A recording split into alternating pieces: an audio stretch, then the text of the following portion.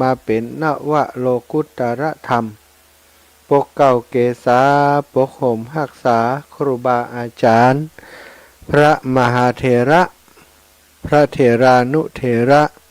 เพื่อนสหธรรมิกสหพรหมจารีทุกรูปทุกองค์ปกห่มรักษาศรัทธาสาธุชนคนดีเท่าแก่อีพ่ออีแม่ตั้งหลายทุกท่านทุกคนติดตามรับฟังรายการสารธรรมยามค่ำเสียงธรรมจากวัดบรรพตสถิตโดยอาตมาภาพพระมหาสมชาติชาตะปัญโยวัดบรรพตสถิตอำเภอเมืองจังหวัดลำปางรับผิดชอบดำเนินรายการผ่านสถานีวิทยุ 106.50 เมกะเฮิรตซ์วิทยาลัยสงฆ์นครลำปางซึ่งตั้งอยู่วัดบุญญาวาสวิหารพระอารามหลวงโดยทีมงานบริหารของท่านดร.จิรศักดิ์ปันลำผอ.สถานีน้องแอมพัชริยาฟองจันตาเจ้าหน้าที่สถานีน้องนัทสถาพรสุตาคำน้องดิวอนุพงษ์ตาจินะเป็นช่างเทคนิคของสถานีทั้งหมดที่กล่าวนามมาทำงานโดยจิตอาสาด้วยความเสียสละมุ่งหวังเพื่อการเผยแผ่พระพุทธศาสนาพระธรรมคำสอนได้บริการครูบาอาจารย์พระนักจัดรายการในทุกรูปแบบติดตั้งโปรแกรมให้นะเวลาครูบาอาจารย์ทำหน้าที่จัดรายการก็เกาะสัญญาณเชื่อมสัญญาณให้ทุกวันบ่มีว่างเว้นบ่ได้ขาดแม้แต่วันเดียวก็ขอขอบคุณผู้อยู่เบื้องหลังที่ได้กล่าวนามเอ่ยนามไปแล้วนั้นและศรัทธาสาธุชนคนดีตั้งหลายที่เป็นแฟนรายการที่สนับสนุนถวายปัจจัยมาเป็นค่าน้ำค่าไฟกับบริหารสถานีโดยตลอดที่ผ่านมาก็ต้องขอบคุณเป็นอย่างสูงถ้าบ่มีศรัทธาญาติโยมร่วมบุญร่วมกุศลให้หอมปัจจัยมาก็บ่มีค่าน้ำค่าไฟค่าใช้จ่ายต่างๆในเป็นส่วนของค่าใช้จ่ายสถานีเนาะขอบคุณหลายๆทุกท่านทุกคนที่สำคัญก็คือขอบคุณทุกกำลังใจของแฟนรายการติดตามให้กำลังใจมาโดยตลอดให้กำลังใจครูบาอาจารย์ทุกรูปทุกองค์บัดได้เท่าแต่อาตมาภาพเท่านั้นทุกรูปทุกองค์ที่มาจัดรายการตั้งสถานีของเฮาก็ได้ให้กำลังใจกันหมดนะมาเลือกตีรักบ่มักที่ชังไผมาจัดรายการก็ติดตามรับฟังให้กำลังใจกันทุกรูปทุกองค์ตามเวลาตามความสะดวกของศรัทธาญาติโยมที่รับฟังวันนี้ได้ออกอากาศไปตังคลื่นสีขาวตัวพี่น้องตังเชียงใหม่พี่น้องตังลำพูนพี่น้องตังเชียงไฮ้นะก็ได้รับฟังรายการไปพร้อมกันก็ต้องขอบคุณสถานีติเกาะสัญญาณไปตังเชียงใหม่ไปตังลำพูนแล้วก็ตีลำปางตัวพบปะกันแล้วจะปะกันไหว้พระสวดมนต์ก่อนเนอะกราบพระพร้อมกันกราบหนึ่งพุทโธเมนาโธ กราบสองธัมโมเมนาโธกราบสามสังโฆเมนาโธอิมินาสการเรนะพุทธังอภิปูชยามิอิมินาสการเรนะธัมมังอภิปูชยามิอิมินาสการเรนะสังฆังอภิปูชยามิอะระหังสัมมาสัมพุทโธภะคะวาพุทธังภะคะวันตังอภิวาเทมิกราบสวากขาโตภะคะวะตาธัมโมธัมมังนะมัสสามิกราบสุปฏิปันโนภะคะวะโตสาวกสังโฆสังฆังนะมามิกราบ นะโมตัสสะภะคะวะโตอะระหะโตสัมมาสัมพุทธัสสะนะโมตัสสะภะคะวะโตอะระหะโตสัมมาสัมพุทธัสสะนะโมตัสสะภะคะวะโตอะระหะโตสัมมาสัมพุทธัสสะพุทธังสารนังกัจฉามิธัมมังสารนังกัจฉามิสังฆังสารนังกัจฉามิตุติยัมปิพุทธังสารนังกัจฉามิตุติยัมปิธัมมังสารนังกัจฉามิตุติยัมปิสังฆังสารนังกัจฉามิตาติยัมปิพุทธังสารนังกัจฉามิตาติยัมปิธัมมังสารนังกัจฉามิตาติยัมปิสังฆังสารนังกัจฉามิอิติปิโสภะคะวะอะระหังสัมมาสัมพุทโธวิชชาจารณะสัมปันโนสุขโตโลกาวิทูอนุตตโรปุริสธรรมะสารถิสัทธาเทวมนุษย์สานังพุทโธภะคะวะติสาวกขาโตภะคะวะตาธัมโมสันทิฏฐิโกอากาลิโกเอหิปัสสิโกโอปานายิโกปัจจัตตังเวทิตัพโพวินยูหิติสุปฏิปันโนภะคะวะโตสาวกสังโฆอุชุปฏิปันโนภะคะวะโตสาวกสังโฆยายาปฏิปันโนภะคะวะโตสาวกสังโฆสามิจิปฏิปันโนภะคะวะโตสาวกสังโฆยะทิทังจัตตาริปุริสายุขานิอัตตปุริสปุคขลาเอสัปปะกาวะโตสาวกสังโฆอะหุนายโยปะหุนายโยทักขินายโยอัญชลิกะระนิโยอนุตตรังปุญญเขตังโลกัสสติกราบพระพร้อมกันอีกครั้งหนึ่งกราบหนึ่งพุทธังวรันตังสิรสานะมามิกราบสองธัมมังวรันตังสิรสานะมามิ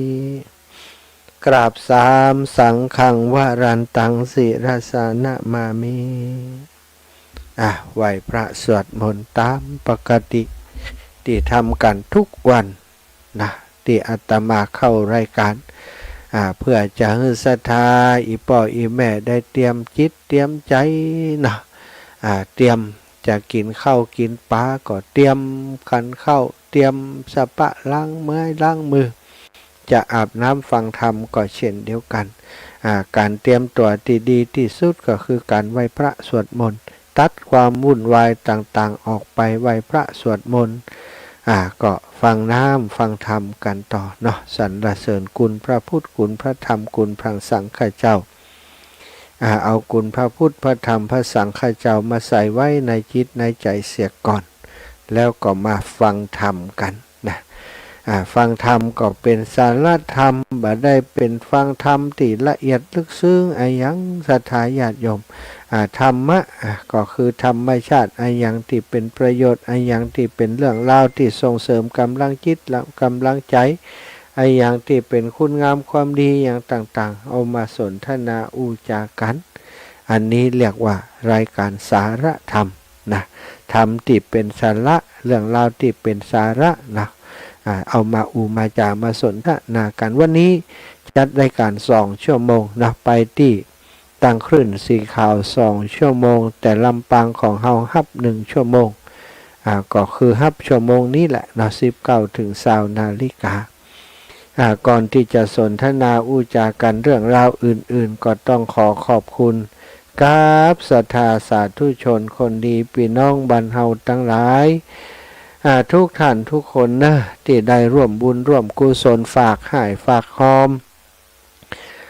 ไปตานเตียนที่ภาคอีสานภาคคุนสารอำเภอพระธาตุพนมจังหวัดนครพนม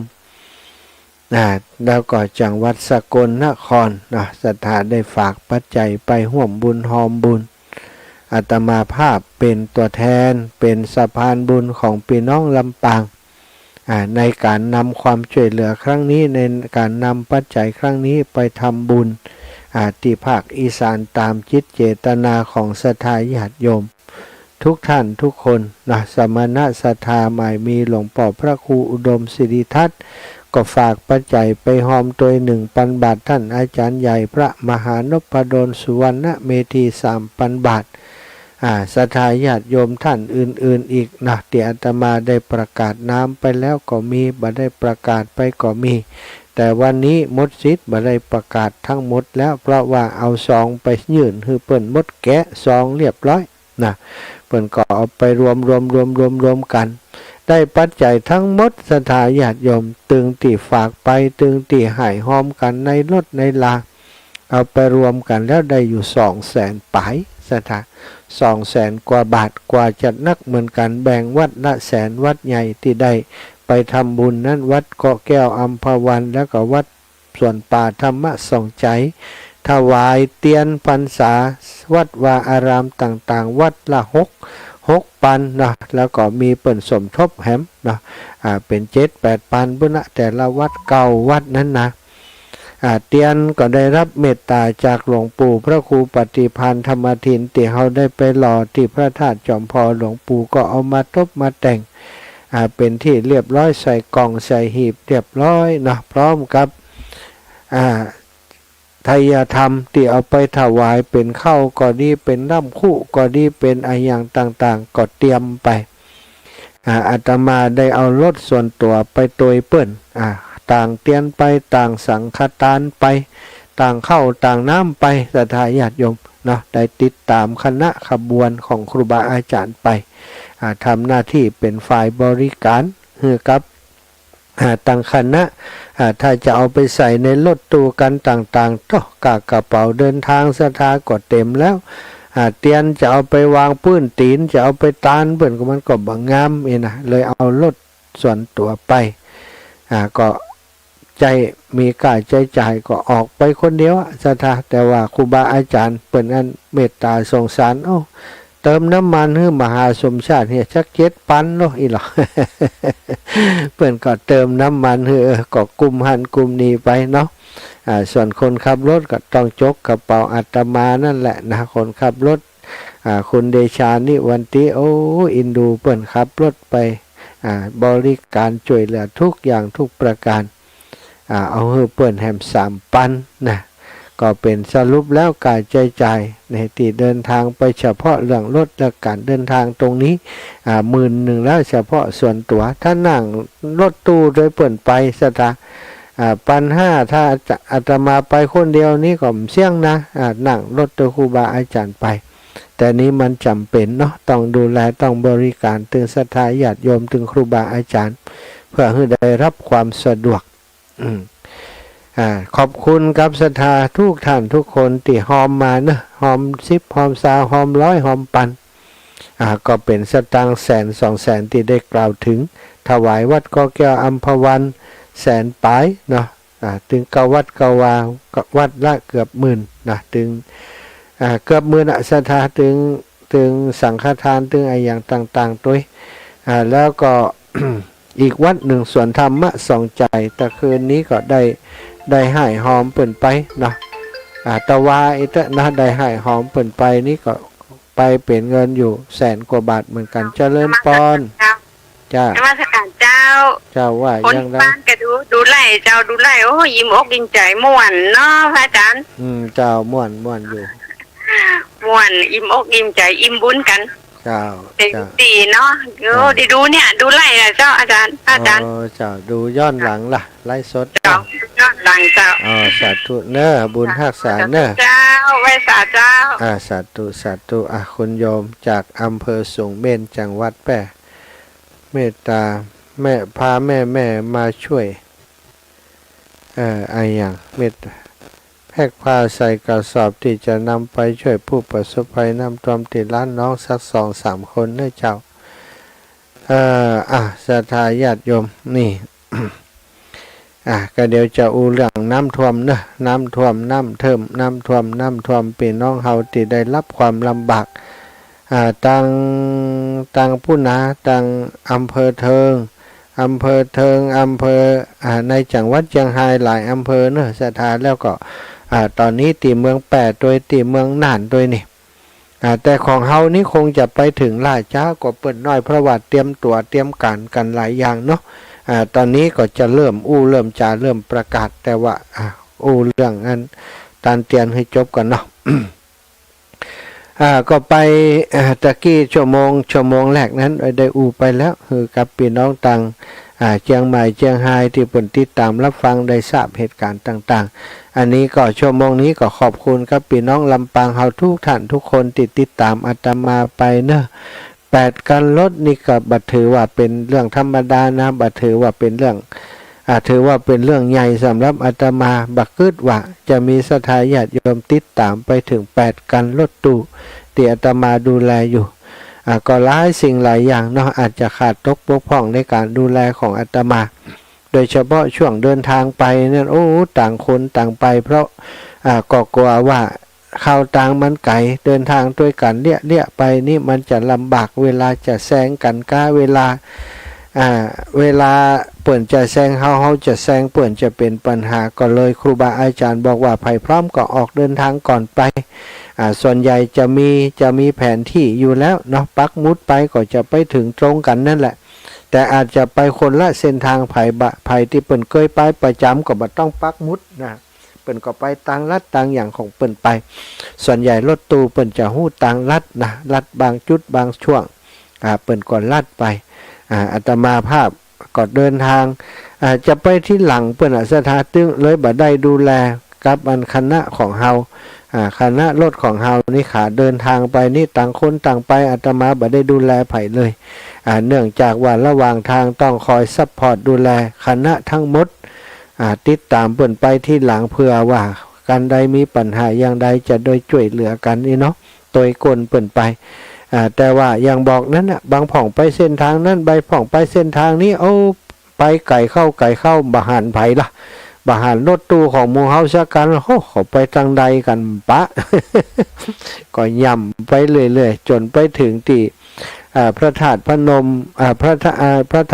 วัดเกาะแก้วอัมพวันอาตมาไปถึง 18:11 นาทีไปตั้งเครื่องถ่ายทอดสดติดศรัทธาได้ติดตามรับฟังเหตุการณ์ต่างๆตั้งถ่ายทอดสดเนาะบ้านเฮาบ่ฮู้ได้ฟังก็แต่ว่าทางเชียงใหม่ทางเชียงรายเพิ่นถ่ายทอดสดส่วนที่ไผที่จะดูของอาตมาจากทาง Facebook ไลฟ์ก็จะหันเหตุการณ์ต่างๆอยู่เนาะ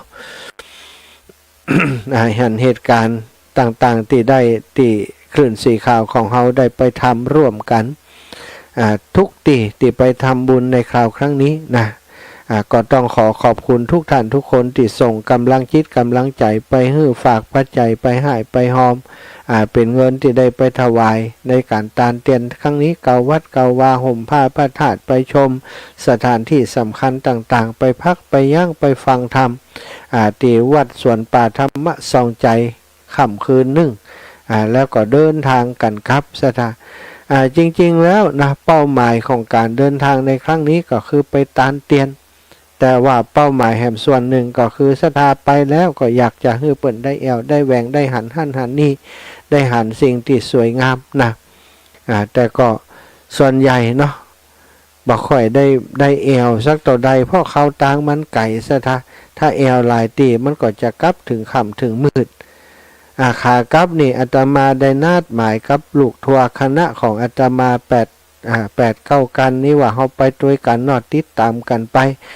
อาตมาขอดูแลขอตัวยไปจิมเตอะนะแวะที่ไหนถ้าปะเหมาะข้อดีจะได้เลี้ยงอาหารศรัทธาสักมื้อ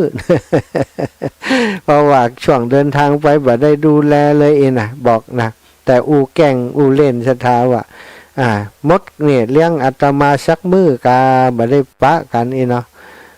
ว่าเล่นไปนะแต่บางคนคุดแต่ไปอีนะได้ยินเขาว่าเปิ้นนั้นไปแอวซะกรรมเปิ้นกว่าได้เลี้ยงเข้าอาจารย์ ตนเดียวกว่าได้เลี้ยงไอ้อย่างนะข้าวเหนียวห่อหมูปิ้งเหี่ยไม่ก็อิ่มแล้วแน่ว่าเล่นบ่ได้แต่เขาก็ถ้าจะกึดแต่นะบางคณะนี่บางคือที่ขอบคุณนะขอบคุณ3 กัน4 กันติดตัวกันมาตั้งแต่ออกจากส่วนทำส่องใจนิติตามกันมาตลอดโอ้อบอุ่นจอดที่ไหนเข้าห้องน้ำด้วยกันได้อู้ได้จากให้หัวการโซะกันเรื่องโน้นเรื่องนี้นะมันม่วนนี่นะแต่สำหรับคนที่ลักมาก่อนเปิ้นก็มีความจำเป็นบางคนว่ารถเปิ้นทำความเลื่อมได้ผมขออนุญาตไปก่อนเนอะก็ไปคนนั้นก็ว่าจะไปเติมน้ำมันเอาไปก่อนไปปะกันพุ่นเนอะเนาะ2-3 การเดินทางมาก่อนอาตมาก็เดินทางมา3-4 กันด้วยกันโอ้รู้สึกอบอุ่นใจมาถึงกลางตังแหมกันหนึ่งโทรมาอาจารย์ที่นัดที่เขาผาซ่อนแก้วแวะอันเนอเปิ้นแวะกันว่าจะได้นัดกันแล้วนะมันทีมตังฮั่นเราแวะกำเดียวมันได้นะแวะไปเอวเหียกะจะได้ถ่ายรูปน้องนี่ใครแวะเตกเปิ้นแวะกันแล้วไผเป็นเปิ้นเปิ้นก็บอกเอาไปเอามาผ่องไข่แวะผ่องก่อมแวะนะเขาก็พยายามจะโน้มน้าวว่าผ่านหั่นได้แล้วมันจะไกลอย่างล้มจะต้องว่าไปเป็น20 กิโลลูกติดตังหั่นแล้วก็แวะเหตุกรรมกับตังผ่านอยู่แล้วแต่ว่าสุดท้ายกับเปิ่นกับแวะสกรรมกันเจ้านี่หูห้อนเลยคนนั้นโทรมาคนนี้โทรมากลายเป็นว่าอยากคือเปิ่นไปแอวม่วนกันบางคนไข่แวะบางคนไข่แวะนะกลายเป็นว่าทัวร์กรุ๊ปนั้นนี่บ่าได้รับความสะดวกสักกรรมสถาญาติโยมอินดูคนที่เปิ่นไข่แวะนะคนที่เปิ่นแวะเปิ่นให้เหตุผลว่าเปิ่นเกยแอวแล้วอีวะนะเกยแอวแล้วก็ควรจะจวนคนอื่นให้ได้แอวด้วยกันเนาะตัวแอวแล้วเนี่ยคนอื่นหันกำจะเล่นให้เปิ่นหันแล้วนี่อันนี้ไข่เหมาะตัวใดนะนี่ก็คนโทรมาหาก็กัดอกนะก็ออกเสตังเท่ากันหรือว่าอาจารย์เจ้าก็ออกปันไป บ่อูเสตังเท่ากันแต่นะแต่เปิ้นว่าเปิ้นเป็นหัวหน้าทีมเปิ้นแวะอันบัดถูกเนาะก็เป็นอย่างนะมันเป็นบทเรียนซะท่าเป็นบทเรียนการไปแอวอย่างอีนี่แต่ดีใจครับหลายคณะที่เปิ้นปากันแวะกันแอวก็เปิ้นก็ม่วนกันนะอาตมานี่ก็แวะ2-3 เตือแต่ก็ครั้งนี้ก็ปาศรัทธาแวะเพราะว่าไปทุกครั้งมันก็หันอย่างแปลกๆใหม่ๆก็งดงามศรัทธาหันศรัทธาที่เปิ้นเคยหันกับเตือเปิ้นได้ไปถ่ายรูปเปิ้นตื่นเต้นเฮาซ้ำมีความสุขด้วยเปิ้นนะแล้วก็ติดตามกันมาได้ช่วยเหลือได้ดูแลกันมานะก็ขอโทษขออภัยกับศรัทธาที่ตั้งใจจะแวะบ่ได้แวะสักกรรมนะไม่ได้แวะสกรรมก็ถือว่าเป็นความผิดของอาตมาก็แล้วกันดูแลบัดดีบัดทั่วบัดถึงเน้อ เดี๋ยวจะปาไปใหม่ถ้าถูกหวยก่อนนะจะปาปิกไปแอวแหมกรรมเนอะต่างคนขับรถได้ได้จากก็เปิ่นทีแรกก็เข้าใจว่าคนขับรถเปิ่นบริการจ้าเปิ่นกว่าจะเสี่ยงอย่างนักแกเปิ่นเลยปาแวะนะถามไปถามมาเปิ่นก็ว่าเปิ้นก็หันกำเตือเปิ้นก็ใครแวะเหมือนกันนี่ว่านั่นแสดงว่ามีบางคนเท่านั้นที่รู้สึกว่าจะบ่อยากแวะแล้วก็เลยปาคนอื่นหึมได้แวะไปด้วยความจริงเฮาไปด้วยกันอย่างอันเนาะเป็นกลุ่มเป็นคณะต่างคนต่างอยากจะหันก็ควรจะเป็นประชาธิปไตยอูจากันแล้วลงมติกันว่ากันอย่างอี้ออกความคิดเห็นกันวันหลังอยากจะให้ไปแล้วมีความสุขกันทีมที่มีความสุขกับม่วนนั้นสันเล่าแม่อันจิรพันธ์โมปอ7 กันนะสถา เสร็จจากตีอันส่วนธรรมะซองใจเปิ่นอู้จากันบาเดียวนี้ไผจะไปหนองคายพ่องอีแม่จะไปหนองคายจะไปอันตักบาตรตอนเจ้าที่ปุ่นไปแอววัดนั่นวัดนี้นะระยะทางหมออีเขาไปนอนแหม1 คืนกะอาหารกะที่พักแล้วก็กะเดินทางนี่เขาจะได้เพิ่มแหมคนละ600ไผจะไปพ่องไปกันหมดอ่ะอันนั้นเป็นเพิ่มเพราะว่าไปนอกเส้นทางแต่เฮานี่มันผ่านเหมือนผ่านหันอยู่แล้วเองเนาะก็นึกว่าเปิ่นจะแวะให้คนที่อยากหันได้หู้ได้หันเบาได้แวะสกับ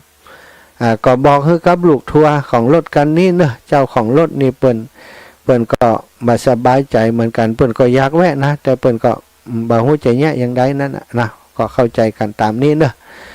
แต่มาก็ขอโทษขออภัยที่ศรัทธาบัดได้แวะสักคำอาจจะเป็นความผิดของไผก็แล้วแต่ก็รับผิดชอบเพราะว่าเป็นคนที่นำปาศรัทธาไปเนาะนำปาศรัทธาไปขออภัยด้วยวันหลังจะแก้ตัวฮื้อกันแล้วกันสำหรับคนที่พลาดหวังบัดได้หันชะกรรมนี่ตั้งใจไปแต่บ้านอยากจะหันแป้เปื่อนชะกรรมอีนะก็มันเป็นอย่างเนอะอดเอามันก็คงจะมีช่วงจังหวะชีวิตเนาะมันบางเตื่อมันก็มีอย่างสักอย่างเกิดขึ้นเฮาก็ถือว่าเป็นธรรมะไปก็แล้วกันได้ทำจิตทำใจไปคนเฮานี่ไปด้วยกันหลายมันถึงจะมีเรื่องอย่างเงี้ยนะบางคนก็อย่างว่านะมันก็จะมีเรื่องราวอย่างอีเสมอก็มีอีกเรื่องหนึ่งนะที่ระหว่างที่เฮาเดินทางกันศรัทธาญาติโยมหลายท่านหลายคนก็คงจะทราบข่าวเรื่องน้ำท่วม น้ำท่วมที่พื้นที่ภาคเหนือของเฮาหลายจังหวัดเนาะตั้งแต่คืนที่เฮาจะไปกันนะน้ำเริ่มท่วมแล้วหลายคนก็ประจำไปว่าน้ำท่วมมันไปเนอะอีแม่ยกเลิกอีแม่ขืนเลยนะแล้วไปเตอะอีนะพ่องกระถามขืนแล้วนะหมูใหญ่ได้ปิดโทรศัพท์หนีเลยคืนนั้นนะกว่าเขาขืนนัก แต่สุดท้ายมันก็เดินทางไปด้วยกันเก่าซะนะก็หู้ข่าวเรื่องน้ำท่วมเนาะโดยเฉพาะพื้นที่ของจังหวัดเชียงรายอำเภอเทิง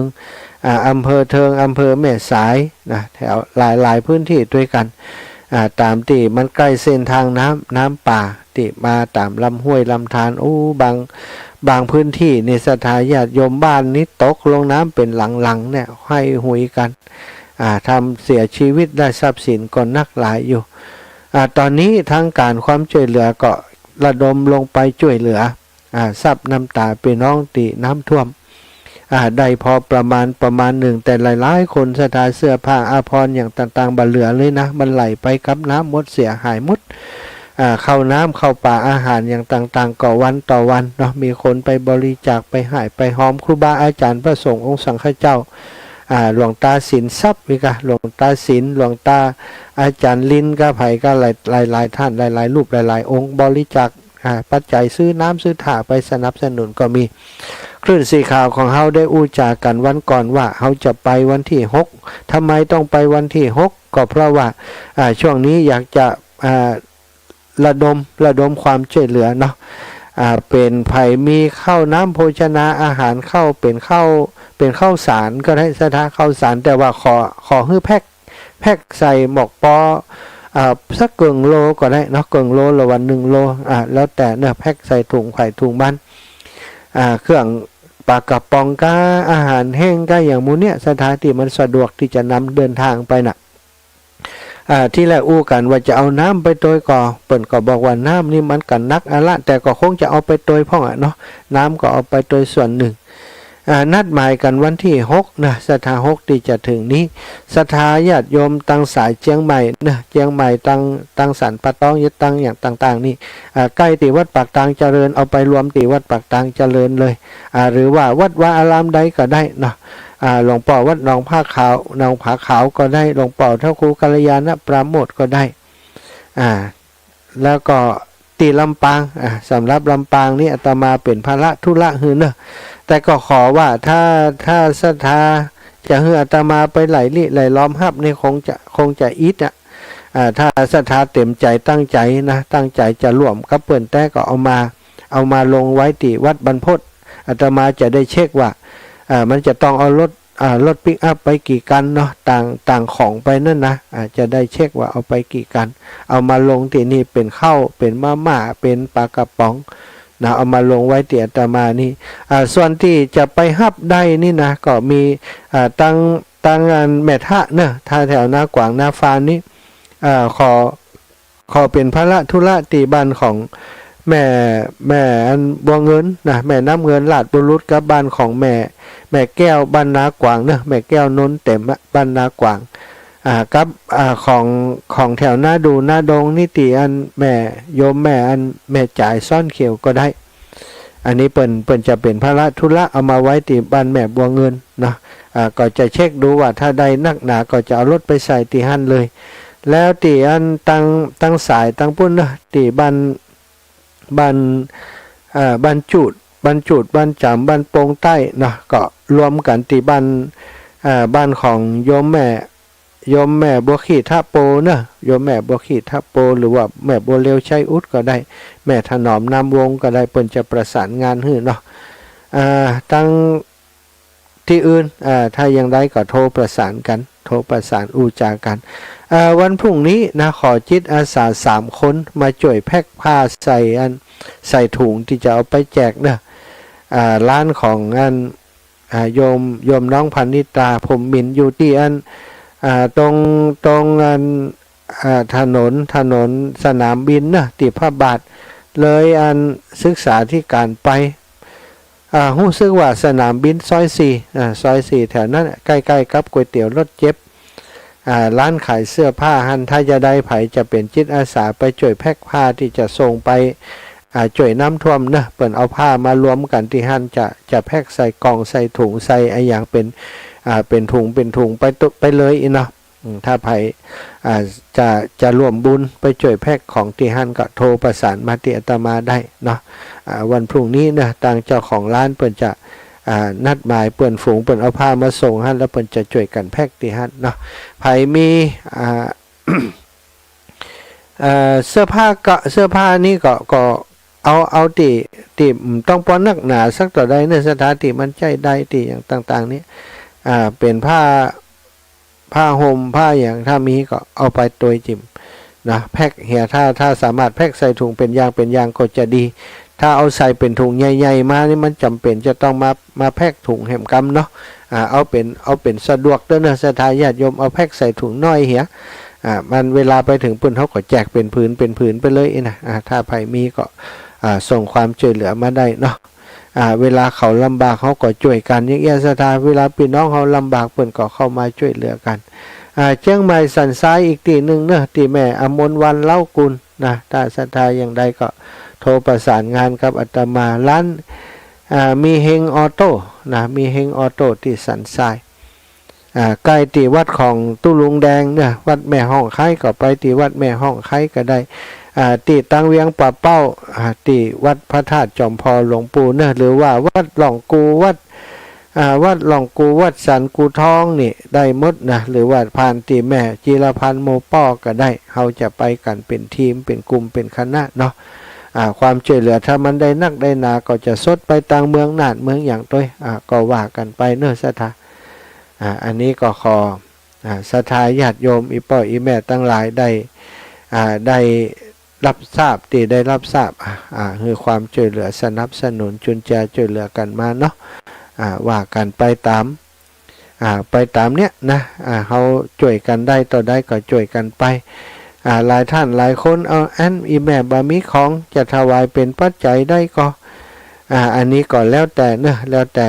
ถ้าเป็นปัจจัยก็เขียนใส่ซองใส่อย่างไปฝากกับวัดวาที่อยู่ใกล้ๆที่สถานอยู่ใกล้วัดใดอยู่ใกล้หลวงปู่ก็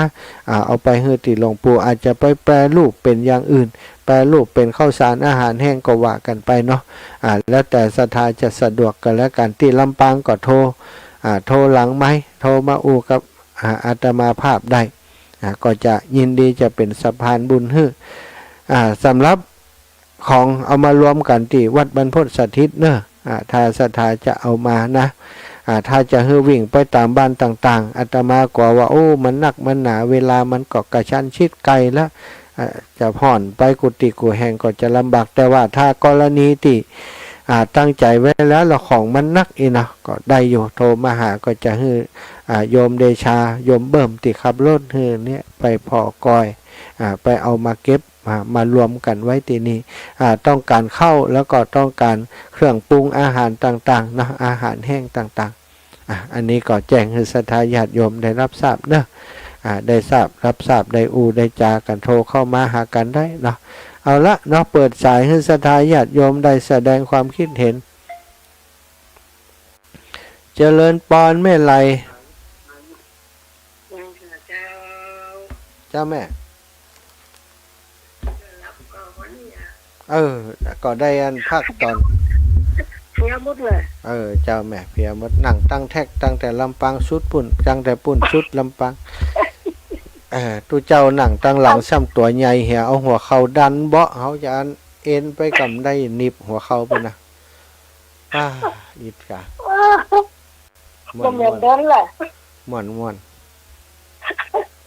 อันผ้าหัวหน่อยในให้ฟ้านิรันดร์ไปตะกี้ดีนะท่านอาจารย์พระครูใจดีท่านอาจารย์พระครูดีท่านพระครูว่าไปเลยน้ำมันผืดพริกแค่เจ้าน้ำอันผงชักฟ้าดีว่าหอมาเฮือกับมีหน่อเอารวมกันไปพวกหลายไต่ด้วยดีละมันแม่ของจันนำหน่อคนลูกคุณมาทีแม่ผมขำนะบุญผมทุกจ้ะเปิดทับหลายตีอยู่พ่อครูอภิวัตนี่ละนะเปิดทับลูกคุณมามันแม่แก้วลูกคุณมาก็แก้วสิงแก้วนี่ค่ะจ้าแม่บอกว่าเธออยู่บ้านบกอกน้ำบัวนี่กำลังถึงอยู่เจ้าสัตว์ตัวนี่แม่เนอะเจ้ากำลังใจที่เจ้าด้วยเจ้า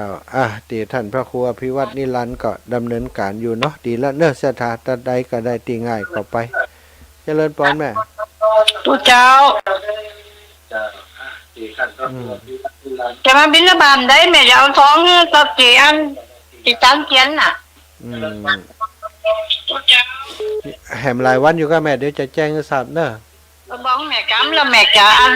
มันเกียนแล้วก็อันช่วยกันน้ำมันอย่างตัวแล้วแม่ก็แก้วว่าเอาเสียมือจินเนอร์ว่ะจ้าแม่เดี๋ยวแม่จะเก็บเสื้อผ้าล้มๆไว้จนกับแม่กับแก้วเขาเนอร์ถ้าจะเล่นก็เบื่อเมาส์หน่อแม่บ้านนั้นรวมกับแพ็กดีๆเพราะมันตอนนี้ถ้ามีนี่อยากจะให้ทรงเพราะว่าถ้าจะให้เบิ่มไปไหลซ่อนี่มันลำบากก็น่ากะล้มกันเนี่ยกะเก็บไปใส่แพ็กเป็นลุงนี่ถ้าแพ็กเป็นถุงใครจะมาแพ็กให้เขาเนี่ยเขาต้องมาคัดครับใช่ของโยมแม่กันนะค่ะโอเคจ้าเดี๋ยวก่อยอู้กันหลังไหมเจริญปอนว่าอาจารย์เจ้าไม่จันน่ะที่ว่าร่างไปหอมมันตุ้มพระธาตุพนมมันพระอาจารย์ออกแม่กบออกแล้วกับแม่อันแม่จะโอนเพื่อผูกด้วยร้อยแรกเจ้าอันวัตการจุดดีเด้อเจ้าสาธุแม่เจริญปอนแม่บัวเย็นอาจารย์เจ้าผูกแม่59ก็วันผูกนี่อันวันพระแม่ไปอันบันถัดบันผูกหัวจ้างแม่แล้วไปมันวันเกิดที่แม่จ้ะแม่จะทำบุญนี่แหละเราก็คว้าของไปเหมือนได้วันที่6แม่ที่6แม่ทำได้ไปก็ให้แม่ว่าอาจารย์นิรันดร์ว่าเพิ่นจะไปวันเสาร์วันติดอยู่หมู่ดีแล้วเพิ่นนั้นเพิ่นหน่วยเคลื่อนที่แล้วเนี่ยเฮามันไปเป็นคณะเป็นกับครูบาอาจารย์พร้อมกันมันต้องนัดแม่ก็เลยสั่งเพิ่นว่าถ้าไปมาไว้ให้แม่ของบ้านนี่แม่นี่ของมาบริจาคนี่แหละเพิ่นก็ว่าได้จะไปนะเนี่ยท่านอาจารย์นิรันดร์เนี่ยเพิ่นไปเร็วลำปางเฮาก็เอาไปก่อนเลยแต่ว่าเพิ่นก็ไปดีละแม่เจ้าดีละสาธุนะแม่เด้อเจ้าถ้าขันพระครูอภิวัตนิรันดร์ลำปางของเฮาเนาะตีท่านอาจารย์พระครูอภิวัตนิรันดร์เพิ่นนั้นเปิ้นไปเร็วเปิ้นไปเร็วไปคณะของเปิ้นแต่ของอาตมานี้ไปกับครูบาอาจารย์สถามันต้องรอกันก่อนรอกันเรียบร้อยแล้วก็ก่อยจะออกไปพร้อมๆกันเนาะถ้าย้อยกันไปเพราะช่วงนี้คนที่เปิ้นไปเร็วก่อนก็ได้ดูแลพี่น้องก่อนแต่ว่าส่วนคนที่ไปที่หลังนั้นก็คือก้อยๆสำหรับวันหลังคนเฮามันต้องกินทุกวัน วันที่เปิ่นขาดถ้าช่วงที่นี้ช่วงที่น้ำท่วมนักๆคนไปนักแต่เวลาน้ำท่วมหายไปแล้วคนก็เงียบหายไปเปิ่นยังตั้งรักบ่ได้แต่ช่วยเหลือตัวเองได้แต่เฮาก็ต้องช่วยซัพพอร์ตดูแลเปิ่นอยู่อันนี้ก็ฝากศรัทธาญาติโยมเน้อไผจะไปด้วยกันอย่างใดก็อูจากันนัดหมายกันไว้กันแล้วกันเจริญพรแม่เจ้าฮัลโหลเจ้าแม่น้อมจ้าสาธุเจ้าวันนี้ไปวัดท่ามณฑลเด้อนะครับเปิ่นไปตานอันอาคารหอประชุมงามดีนี่แม่เจ้าพอดีวันนี้บ่ได้ไปสักกะมะก็ถ้าพออาจารย์ที่เคยหันน่ะซึ่งมาหันกว่าเต็มในหอประชุมมันเนาะเจ้าวันนี้คณะสงฆ์ต่างกันเชียงใหม่พี่น้องพันโอนเปิ่นมากันแม่นตาตนกาโอ้หลายเจ้าเปิ่นมากันหลายเจ้าสนามเป็นกว้างเนาะแม่กว้างเจ้าสาธุแม่นะขอบคุณนะแม่น้อมเน้อจัดตุเจ้าแม่น้อมสุภาวงศ์เสาะหาคนที่หู้จักบาหันไข่ชักคนแม่ยายพรร้องวัวแดงหับบัตตันกำเด้อยายพรฝนยั่งแล้วก็ราชการเจ้าเดินทางอีกนะปลอดภัยเหมือนกันคู่แน่นอนนั่นนะกะดีใจปลอดภัยกันหมดนะเท่าดีใจกะ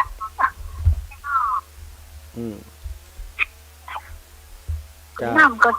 ชาวบ้านเป็นก็น้ำท่วมแล้วจึงดูนะเจ้าน้ำท่วมเป็นธรรมชาติเนาะอยู่กับธรรมชาติเฮากวนเปิ้นกับกวนเฮาตัดต้นไม้นักนะมีอย่างน้ำไว้น้ำส้มสาธุขอบคุณยายพรยายพรร่องวัวแดงนะแม่บุญเกียรติบ้านแม่กงโทรมาแหมใหม่โยมแม่บุญเกียรติบ้านแม่กงไผ่ที่มีเข้าของเครื่องใช้เสื้อผ้าอาหารเนาะติเปิ่นไปเนาะท่านพระครูอภิวัตนิรันดร์ศรัทธาญาติโยมติดฟังรายการของท่านอาจารย์เปิ่นก็ท่านอาจารย์เดินทางไปทุกวันนี่นะช่วงนี้นะศรัทธาไผ่จะให้เจ้าหอมที่พระครูอภิวัตนิรันดร์ก็เอาหอมเพื่อเปิ่นไปแวะเอาแล้วก็เปิ่นก็จะไปส่งส่วนของอาตมาภาพและครูบาอาจารย์จะไปวันที่6ปุ่นนะจะไปพื้นที่ของอำเภอเทิงเจริญปอนแม่จะไปกันตีน้ำท่วมได้นะเจ้าวันที่6แม่ที่6ล่ะเดี๋ยวเจ้าจะพาไปคำนี้โอนไปเดิน100 บาทเด้อเจ้าได้แม่เจ้าสาธุแม่นะกลับมาเหนื่อยขนาดนักแต่หันตาจ้ะเชียงตีละเชียงตีเปิดฟังแต่เจ้าบ่ได้ยินน่ะแต่เจ้าบอกอาจารย์ว่าบอกครูบาอาจารย์แต่ว่าแล้วอาจารย์ผมมันบ่ไหวเน้อตอนเจ้าเพราะว่าอันร่างกายมันล้าลงไปเนาะแต่กันเนาะเดี๋ยวจะป่วยเดี๋ยวจะไข้สาธุเจ้าแม่2-3 วันเนาะสาธุขอบคุณแม่แน่สาธุเจ้าสาธุบุญรักษาแม่เจริญปอนแม่กับแก้วสีอินแก้วไว้ค่ะเจ้าถ้าคนหอมมาหอมอย่างกันถ้าแม่ได้นักก็นี่ได้ง่ายเบิ่มมาฮักพอถ้ามันได้นักเนาะครัวเนาะเจ้าวันนี้ยมแม่เขาก็โอนไปตั้งมจลในคณะโรงเรียนผู้สูงอายุพร้อมกันเจ้าดีแม่ในอาจารย์เดี๋ยวถ้าได้มาตักบาตรหรือก่อนจะได้ก็ไปว่ากันนะเจ้าแม่ก็จะเตรียมมาไว้เจ้ารับเจ้าเลี้ยวมดแล้วพนักกิจสาธุเจ้าสาธุแม่19:54 นาทีเนาะญาติโยมจากตังเวียงป่าเป้าจากตังเจียงไฮ้เนาะแม่นางคำอ้ายพี่น้องเวียงป่าเป้าปังเวียงป่าเป้านี้ติหลวงปู่เนาะศรัทธาญาติโยมหลวงปู่ก็ไปนัดหมายกันเดินทางนะว่าจะออกเดินทางเจ้าน้อยท่านอาจารย์พระครูอภิวัตร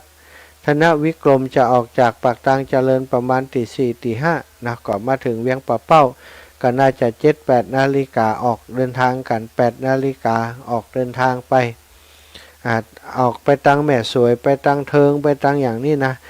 อาตมาภาพอาจจะออกไปตังไปตังเงาสถาไปปะกันที่เมืองเทิงเพื่อนนะถ้าบ่ได้ไปตังปุ้นเนาะถ้าไปตังปุ้นมันจะอ้อมสำหรับอาตมาแต่ว่าถ้าออกตังเงาตังอย่างนี้มันก็ตรงน้อยจะได้ไปช่วยเหลือพี่น้องตังเชียงรายตังพะเยาด้วยพะเยาถ้าไปตังนี้ก็จะผ่านพะเยาเข้าไปเชียงรายไปอำเภอเทิงจังหวัดเชียงรายนะก็ผ่านเส้นทางสายนี้ได้ปอเนตรธรรมขันธ์นี่อยู่แถวแม่ใจนี่เนาะน้ำท่วมนาโมดอาจารย์ว่าน้ำกำลังจะได้เกี่ยวเข้านะบางทีเปิดอันเนี้ยก่อนสถาเข้าก็จะดีเกี่ยวโอ้น้ำท่วมมิดเลยว่ะอันก็จบละเนาะเสียหายทั้งหมดทั้งแปลงนี่ขอบคุณสถาโอ้คุณโยมบงกฎคุณากำลังรับชมอยู่แม่คำอุบลน้องต้อยแม่อามนวันเล้ากุลแม่อามนวันจะไปตัวเหมือนกันจวนลูกหลานก่อนเจ้าแม่บุญนำวงคุณโยมบุญนำวงศานะสาธุเนอสุพัฒพงษ์นาควังโสทุเจ้านุนะนี่ก็ฝากประชาสัมพันธ์มาเนี่ย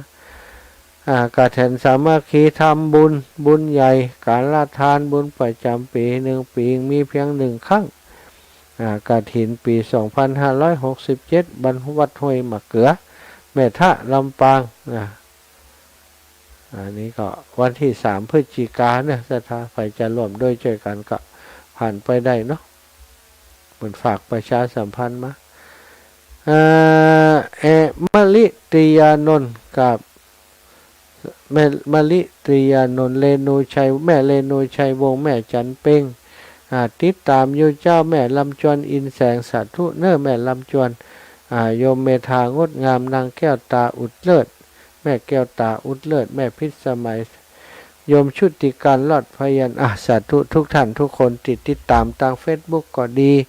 ทางสถานีวิทยุก็ดีเนาะก็ขอขอบคุณติดตามให้กำลังอกกำลังใจกันมาใครจะร่วมด้วยช่วยกันเนอไปช่วยน้ำท่วมก็แจ้งผ่านอู้กันหลังไม่ก็ได้นัดหมายกันอย่างไรก็ก่อยว่ากันต่อไปเหลือเวลาแหมหลายวันอยู่เนาะวันที่6ก็จะอู้กันไปเรื่อยๆไปจะช่วยเหลือกันอย่างใดก็แจ้งเข้ามาได้เอาละศรัทธาเวลาหมดเวลาก็ขอ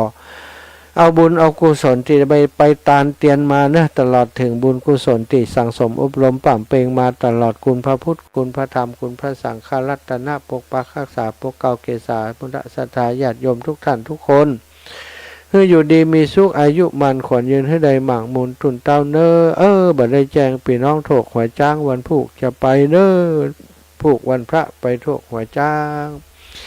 จัตตารโอธรรมาวัฏันติอายุวันโนสุขังพระลัง